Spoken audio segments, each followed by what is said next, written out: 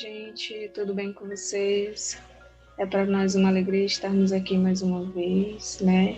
Espero que vocês estejam bem, que vocês estejam tranquilos, tranquilas e que, acima de tudo, vocês estejam saudáveis. O tema que nos foi proposto para as nossas reflexões de hoje é um tema muito interessante, porque vai exigir de nós, de cada um de nós, aí de cada coração, uma reflexão muito sincera, né, a respeito da nossa prática, a respeito da nossa caminhada enquanto discípulos de Jesus. Nos lançaram um desafio gigantesco, né? Nos fizeram a seguinte pergunta: como ser luz no mundo? Esta aqui é uma pergunta que talvez todo cristão ativo se faz, principalmente quando se vê aí diante de uma falha, diante de uma queda, né? Porque nós estamos sempre tentando acertar, nós estamos sempre tentando dar o melhor de nós, né? E sabemos que por estarmos ainda na condição de aprendizes, não podemos ser 100%. Às vezes, nós não estamos totalmente ligados, né, totalmente conectados com a espiritualidade superior, ao ponto de acertarmos ou tomarmos sempre as melhores decisões, ao passo que as experiências diversas se apresentam na nossa vida, né? Então, eu espero que aquilo que haveremos de trazer neste momento se faça útil para você, né? Que você tente por você mesma em algum momento do dia ou da noite, como nos orienta o Santo Agostinho, se esforce, né, por responder a esta pergunta de uma maneira sincera, né, de uma maneira coerente, né, e acima de tudo de uma maneira muito gentil, né? Seja gentil nessas observações, né, da sua prática. Seja gentil com o seu processo de aprendizagem, né, com o seu processo de aperfeiçoamento. Não estamos aqui falando de comodismo, não é nada disso, mas de uma gentileza aí que talvez seja filha da consciência, que compreende que o nosso processo de evolução, o nosso processo de aprendizagem está intimamente ligado, totalmente ligado ao tempo. Nós não somos o resultado de um dia, né? Nós somos o resultado de milênios. Então, nós temos que ter um pouquinho de calma, né? Então, gente, dito isso, nós vamos às nossas reflexões desta tarde. Para começar, eu gostaria de relembrar uma parábola muito conhecida de todos nós, que é a parábola do grão de mostarda, né, contada por Jesus. Nós vamos utilizar aqui o texto de Lucas, que está lá no capítulo 13, do versículo 18 ao 19. São só 2 versículos para uma parábola magnífica. Nós vamos fazer a leitura, né? Primeiramente, abre aspas. Assim ele dizia: a que é semelhante o reino de Deus e a que eu assemelharei? É semelhante a um grão de mostarda que um homem lançou em seu horto. Cresceu, tornou-se árvore e as aves do céu aninharam-se em seus ramos. É muito interessante nós meditarmos nessa parábola, né, que assim como a personagem principal, né, a semente minúscula, ela é uma das menores parábolas dos evangelhos contadas por Jesus, né? Nós vamos começar aqui a nossa fala dizendo aos amigos que nós não temos evidências arqueológicas que nos possibilite saber sobre qual planta Jesus estava falando. Ele poderia estar fazendo referência a 2 tipos de plantas. O Haroldo Dutra, para quem não sabe, ele traduziu o Novo Testamento, né? E para essa passagem, lá nas notas de rodapé, ele colocou assim: os estudiosos estão divididos quanto à identificação dessa planta. Para alguns, trata-se da Synapsis nigra, né? Ou da mostarda negra comum na Palestina. Cresce naturalmente, atingindo a altura de um homem montado num cavalo. Para outros, refere-se à salvadora pérsica, encontrada em pequenas quantidades no Vale do Jordão e que produz um fruto suculento. A sinapse nigra, ou nigrã, ela é uma planta bem menorzinha.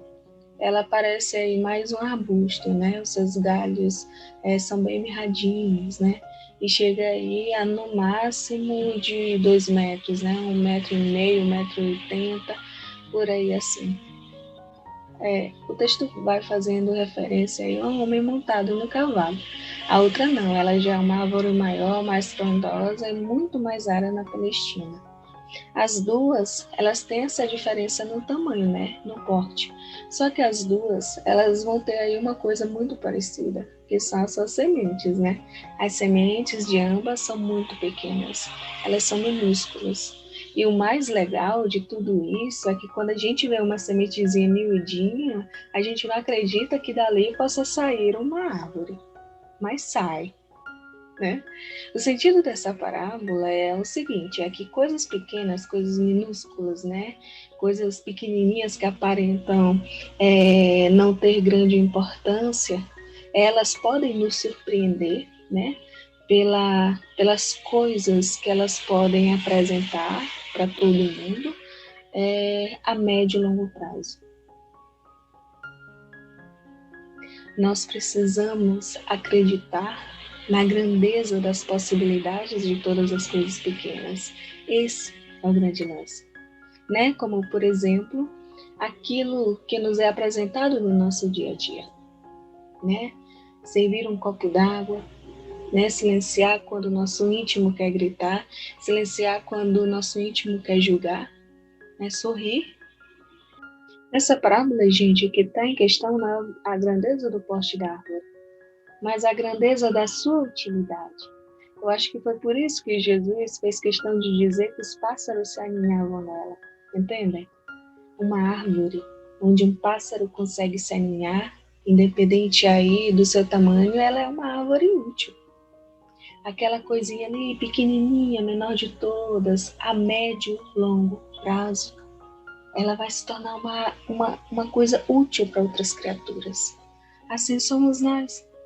Nós passamos a vida, dia após dia, nos questionando, né, em como atender a essa fala de Jesus, quando ele nos diz para sermos a luz do mundo. Como ser luz do mundo? Sendo uma semente de mostarda, germinando, tornando-se árvore, né, grande? Não, útil, constante.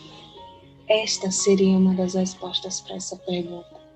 Ser útil com aquilo que já está estabelecido em você, com aquilo que você já tem plena consciência, né? Que já está estabelecido em você, o que está em vias de ressignificação.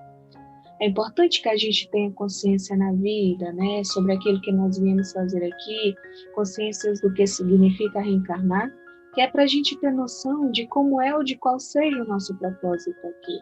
Né, ter consciência de nós mesmos, né, de quais são as minhas habilidades, de como eu reajo aos estímulos da vida, né, ter consciência de quantos tigres existem em mim e quantos deles eu chamo aí para responder às investidas da vida comum. Se você não se conhecer, você não vai conseguir saber onde e quando ser útil, entende? Não é que não exista nada em você que não possa ser aproveitado. É que você só não consegue identificar essas qualidades, né, essas virtudes, né, que já estão aí estabelecidas e que estão latentes em você. Entende?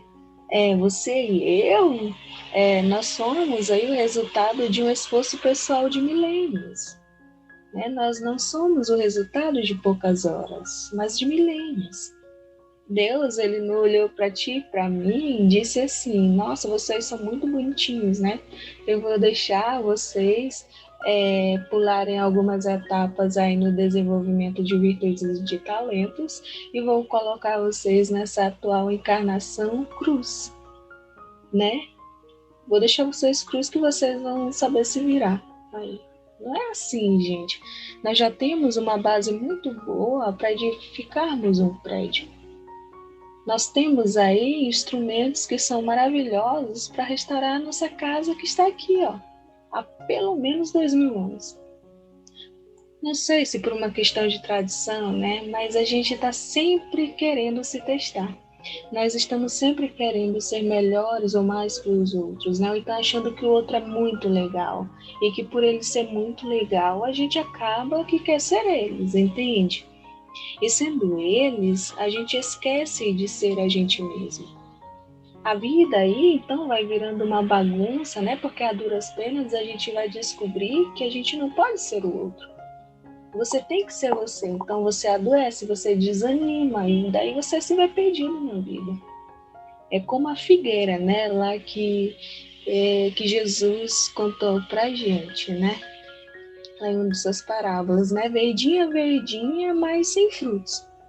Sem frutos que possam ser oferecidos ao peregrino que passa, então para ela mesma, porque uma vez que, mesmo que o peregrino, que o viajou, que os animais não passem ali para colhê-lo, ele vai amadurecer, vai cair, vai decompor-se e vai virar alimento para a própria planta, fazendo com que ela se nutra ainda mais. Entendem? Então, como ser luz no mundo? Sendo você, né? Utilizando as potencialidades que tem aí na sua alma. Né? Então, falando aí de um jeito muito simples, a gente está aqui na Terra, né, encarnado, para a gente desenvolver virtudes. É isso. Né? Aprendermos a cultivar flores dentro da gente. Foi isso que Jesus nos disse, né? Sede vós perfeitos, como o perfeito é o Pai Celeste. Esse perfeito, né, que o Novo Testamento faz referência, é uma referência a amadurecimento, né? Pessoas amadurecidas, né? Teleis aí do original grego quer dizer plenamente crescidos, plenamente desenvolvidos, maduros, né? Entende? Essa perfeição, ela vai precisar ser revelada no nosso caráter moral. Nós não podemos, por enquanto, saber quem é Deus, ou saber quem é esse Pai Celestial. Mas nós sabemos já quais são aí alguns dos seus atributos, né? Aquilo que ele é característico, que ele é próprio, né? Como, por exemplo, que ele é eterno, que ele é imutável, que ele é imaterial, único, né? Justo e muito bom, né? Como tem lá no Livro dos Espíritos. Resumindo, ele tem tudo o que é bom, tem tudo o que é de positivo, né? Aí é levado ao infinito. Ele não se mede, ele não tem começo, ele também não vai ter fim. O amor, que é o ápice do desenvolvimento de virtudes na qual conhecemos, que é talvez aí o resumo dessa perfeição, dessa maturidade que Jesus nos orienta a desenvolver, é um amor que numa dimensão espiritual barra amadurecida, barra completa, vai envolver aí tudo que existe. Didaticamente falando e copiando aí agora Emmanuel nessa explicação que eu vou dar agora, é como se o amor fosse uma grande empresa com alguns departamentos, né? No amor, nessa empresa amor, nós vamos ter aí o departamento da justiça, da caridade, com alguns subsetores, né? Como, por exemplo, da benevolência, da indulgência, né? Do perdão. Tudo vai estar ali no mesmo prédio, né? Não vai existir filial lá longe, está tudo ali junto, misturado, né? Tudo no mesmo lugar. Então, nós temos aí essa grande e poderosa empresa chamada Amor e os seus departamentos, juntamente dos seus subdepartamentos, né? Onde o líder, o presidente dessa grande empresa, né? O dínamo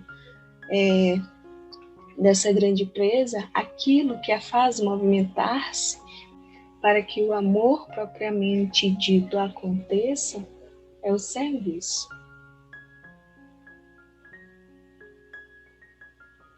Recordo aqui que em uma das cartas de Paulo aos Filipenses, né, ele tem uma fala que é mais ou menos assim: esquecendo o passado, prossigo para o alvo. Nisso ele estava dizendo: olha, a vida do cristão é uma vida dinâmica, é uma vida cheia de movimento, é uma vida que contém ação, né? Não existe inércia. E esse movimento, né, acaba fazendo com que a luz vá se acendendo em mim. o serviço, né, o servir, que faz com que nós nos conectemos à vida com consciência, né, vai fazer com que a gente empregue na execução do dia a dia todas as nossas possibilidades. O dínamo, ele converte o movimento, né, a ação em luz. Né? Vocês recordam aí o exemplo clássico do dínamo da bicicleta, né? Que a gente conecta ali na roda da bicicleta e à medida que a roda vai se movimentando, né, o dínamo também vai movimentando e transformando aquela ação, aquele movimento em luz e vai acendendo ali os faróis da bicicleta e você vai-se embora, né? É igual, né? O serviço, né, converte o movimento da alma, a interação da alma, né, mobilizando aí todos os seus talentos, toda a sua potência, né, como a paciência, a disciplina, o entendimento, o estudo, né, vai transformando tudo isso em luz para o mundo. Consegue compreender? E isso é um fato, porque não precisa de espaço, não vai precisar de hora marcada para si. Né? Uma vez que nós estamos a todo instante aí sendo observados por alguém que vai aprender com o nosso exemplo. Nós não precisamos marcar dia e nem hora para a gente ser quem nós somos. Né? Consegue compreender? Nós estamos sempre sendo observados por alguém. Não adianta a gente lutar contra isso. Né? A não ser que você more aí numa montanha, só você e as árvores, né? E os pássaros, aí vai ser outra história. Para finalizar, nós vamos trazer aqui uma lição que está lá no livro Luz Acima de Humberto de Campos, com Chico, intitulada Na Subida Cristã. Nessa lição, Humberto narra para a gente, né, os questionamentos da alma, né, que o Felipe sempre se fazia a respeito aí do Evangelho e da grandeza do Evangelho. Felipe achava aí, como a maioria de nós, né, o Evangelho de Jesus tão sublime que ele via nele um monte alto demais para ser alcançado. Né, os causos do dia a dia, as experiências difíceis, que se apresentavam para ele ali, a maneira como ele respondia a essas experiências, né?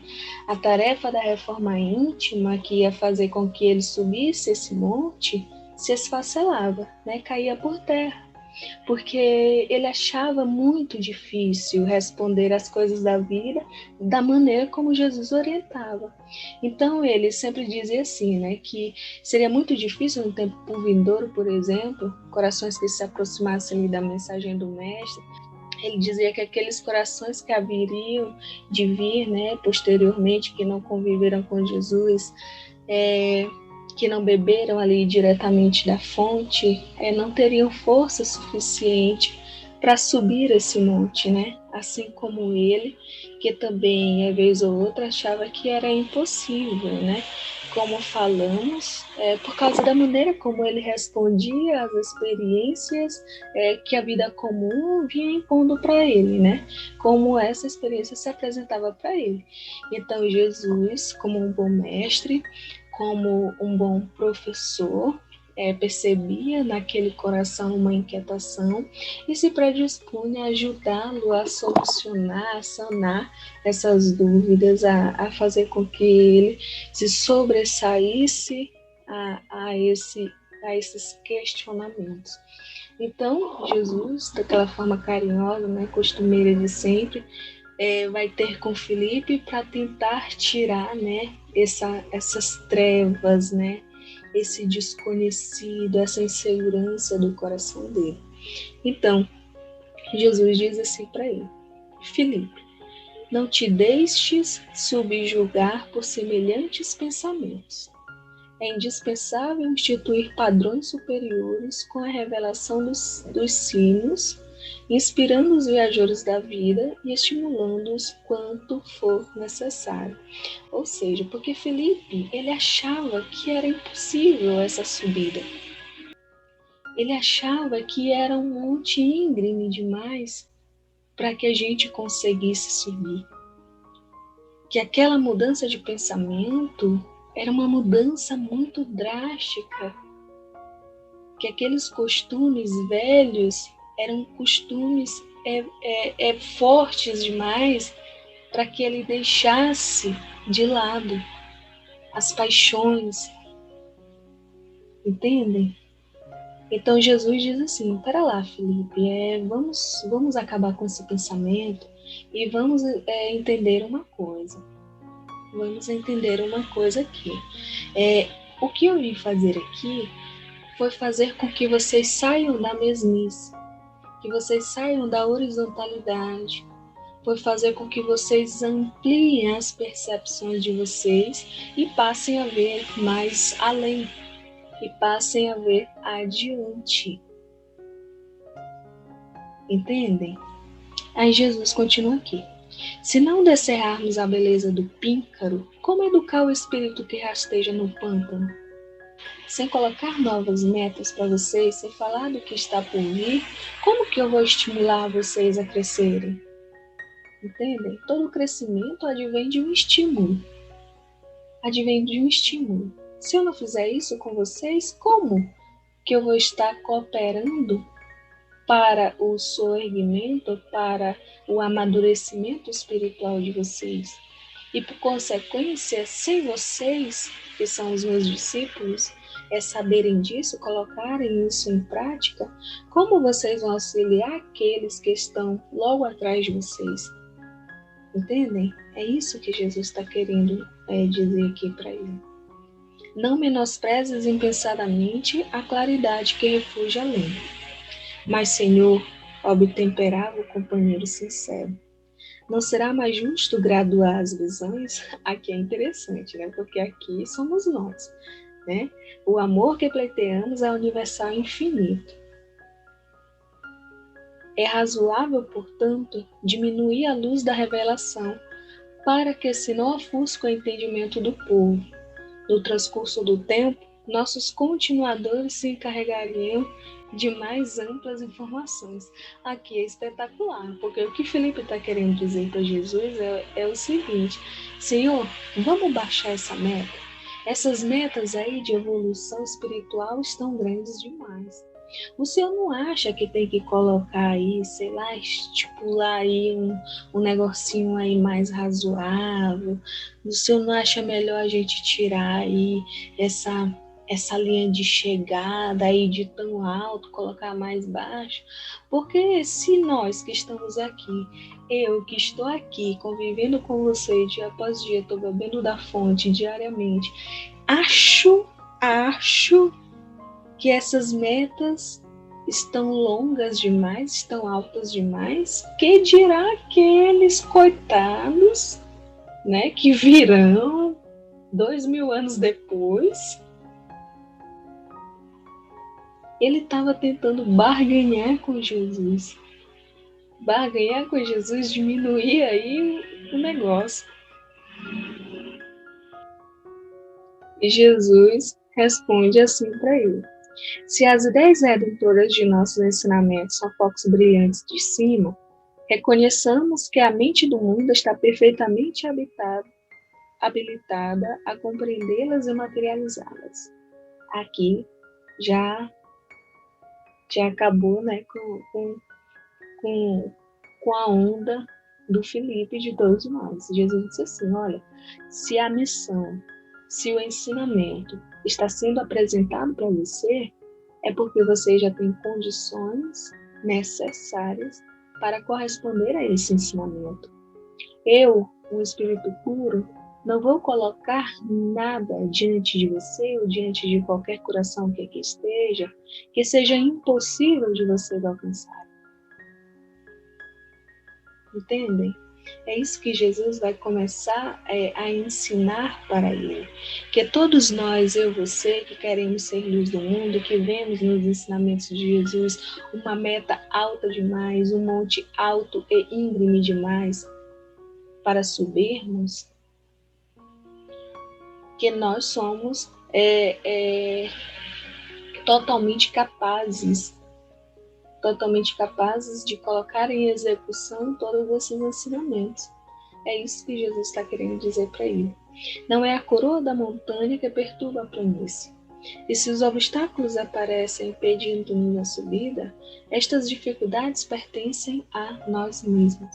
Ou seja, Jesus está falando aqui que se o monte é alto demais, se o ensinamento parece ser grande demais e nós nos detemos nesse pessimismo, a dificuldade está em nós, não está no ensinamento.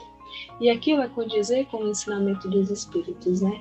Que quando questionados, se nós poderemos sair, né, vencedores, se nós conseguiremos vencer as nossas más tendências, os Espíritos dizem assim, conseguem sim, e conseguem mediante um esforço mínimo. Basta que vocês tenham vontade.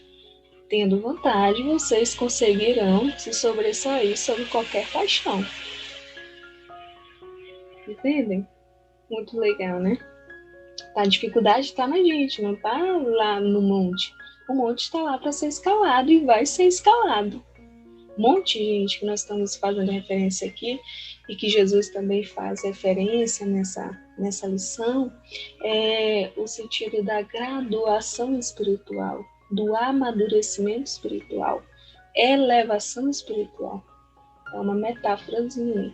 Jesus faz aí uma ligação com o monte, né? Que você vai subindo, você vai verticalizando, vai ficando mais alto, vai entrando numa sintonia mais afinada com a espiritualidade superior. É isso que é o monte. Uma estrela beneficia sempre, convida a raciocínio elevado, no entanto jamais incomoda. Não maldigas, pois, a luz, porque todo impedimento na edificação do reino celeste está situado em nós mesmos.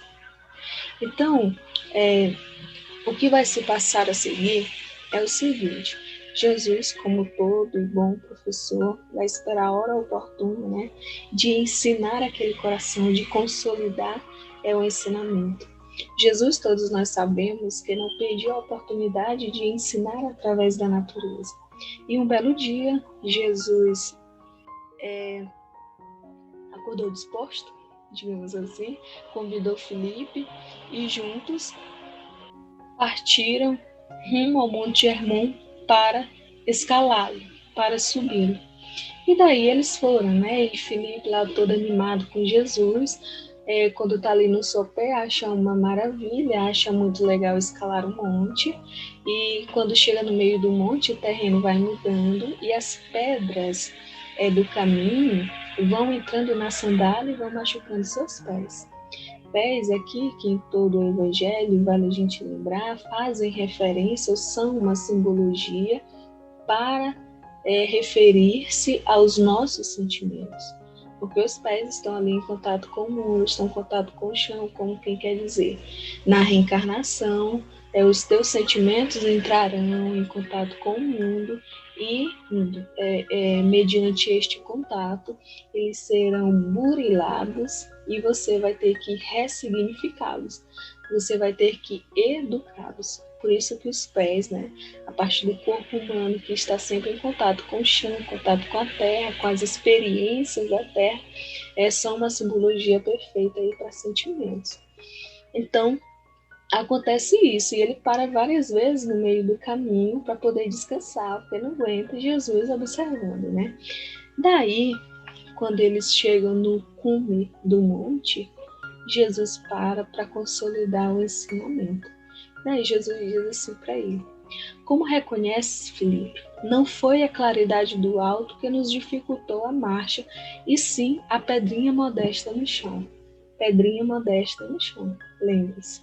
Pedrinha aqui que vai ser uma simbologia muito legal para as experiências difíceis da vida comum. Experiências difíceis da vida comum, ou seja, não é a claridade do ensinamento de Jesus que vai fazer com que a gente não consiga chegar até o objetivo, mas as pequenas experiências do nosso dia a dia. E Jesus vai já contar o porquê, né? O dia radioso nunca fez mal. Entretanto, muitas vezes, as questões pequeninas do mundo interrompem a viagem dos homens para Deus, nosso Pai. Quase sempre, a fim de prosseguirmos na direção do dever elevado e soberano, nossa alma requisita a cooperação dos outros, tanto quanto os pés necessitam da sandália protetora nestes caminhos escabrosos, ou seja, a cooperação. Cooperação. Toda dificuldade na ascensão reside nos problemas insignificantes da senda. Assim também na caminhada humana, as questões mais ínfimas, se conduzidas pela imprudência, podem golpear duramente o coração. Observa um minuto de palestra, a opinião irradia, o gesto impensado. O que Jesus está querendo dizer aqui? Olha, o que pode te atrapalhar no seu descobrimento, na sua ascensão, são as pequenas coisas do dia a dia. E Jesus dá exemplos aqui. Observa a conversa despretensiosa que tu tens com os teus amigos. A gente tem uma mania de dizer assim, estou junto de meus amigos, se eu estou junto de meus amigos, eu vou falar do jeito que eu quero e vou ser eu mesma, porque aqui eu posso. E Jesus dá a dica, olha, presta atenção nas tuas conversas despretensiosas com os teus amigos. Observa o teor dessas conversas e observa aí, tira a conclusão se, quando você está à vontade, as suas tendências são boas ou são más. Por isso é importante que a gente se conheça. Recorda lá no início da nossa fala a importância de você se conhecer, a importância de você saber o teor dos seus pensamentos.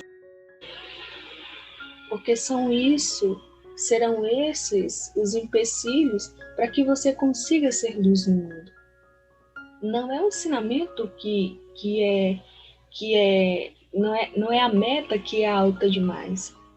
São as coisas do dia a dia, né? Os escorregões que você dá no dia a dia que fazem com que você não alcance essas metas.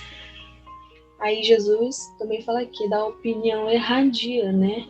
A opinião erradia é o julgamento que você faz das coisas. Nós não conhecemos o porquê de um bocado de coisa. Como que nós vamos nos achar aptos a julgar outras pessoas, por exemplo? Como nós vamos julgar outras pessoas se nós não conhecemos nem a nós mesmos? A gente cai no erro. E Jesus fala aqui do gesto impensado também. O gesto impensado é a maneira pela qual nós reagimos aos estímulos da vida. Né? Quando sua mãe te acorda às 6 horas da manhã num dia de domingo, qual é a sua reação diante disso? Quando uma pessoa te contraria, qual a tua primeira reação diante disso? Entendem? É isso. São essas pequenas coisas. São essas pequenas coisas que fazem com que a gente não deixe a luz que existe dentro de nós brilhar. Porque ela já está aí. Ela já está aí. Jesus continua aqui, só para terminar rapidinho. Podem converter-se em venenosas pedrinhas que cortam os pés. Ou seja, essas pequenas experiências podem ser as pedras que cortarão os pés de vocês. Ou seja, podem ferir gravemente os seus sentimentos. Mas, ao passo que você se observa, você vai compreender que não são os seus sentimentos que estão sendo golpeados, mas o seu orgulho. O seu orgulho. Entende? E Jesus termina dizendo assim: entendes agora a importância das bagatelas em nosso esforço diário? Né? Tu compreende agora a importância das pequenas coisas do nosso esforço diário? Nós somos a luz do mundo quando nós colocamos uma música legal na nossa casa, no nosso ambiente familiar, e que essa mesma música instrua através da arte. Nós fazemos resplandecer a nossa luz quando nós fazemos uma leitura edificante e somos exemplo vivo, ocular daqueles que convivem com você. Você é a luz do mundo quando você sorri de manhã cedo, ao invés de sair da cama mal-humorado. Você é a luz do mundo quando você passa um cafezinho para o seu pai, para sua mãe, para o seu filho, para sua filha, antes dele ir para o trabalho. Você é a luz do mundo quando você faz uma ligação para um companheiro seu, uma companheira, e diz ou relembra aquele coração, do quão especial ele é, do quão amado ele é por Deus e por você também. São as pequenas coisas do dia a dia que fazem com que a gente resplandeça a luz. Você não é luz do mundo só quando você faz uma palestra brilhante, quando você sobe num púlpito para fazer uma palestra brilhante. Você não é luz do mundo só quando você sabe interpretar versículos da Bíblia, do Evangelho, de forma belíssima. Você não é luz do mundo só quando você sabe recitar os Vedas de cor. Você não é luz do mundo só quando você sabe ou decifra todos os mistérios da Kabbalah. Você não é luz do mundo só quando você sai e vai meditar nos Himalaias. Você é luz do mundo quando você se coloca de corpo e alma, de corpo presente, consciente nas coisas pequenas do seu dia a dia. É isso que Jesus nos ensina. Muito obrigada, meus amigos. Que Jesus nos abençoe hoje e eternamente.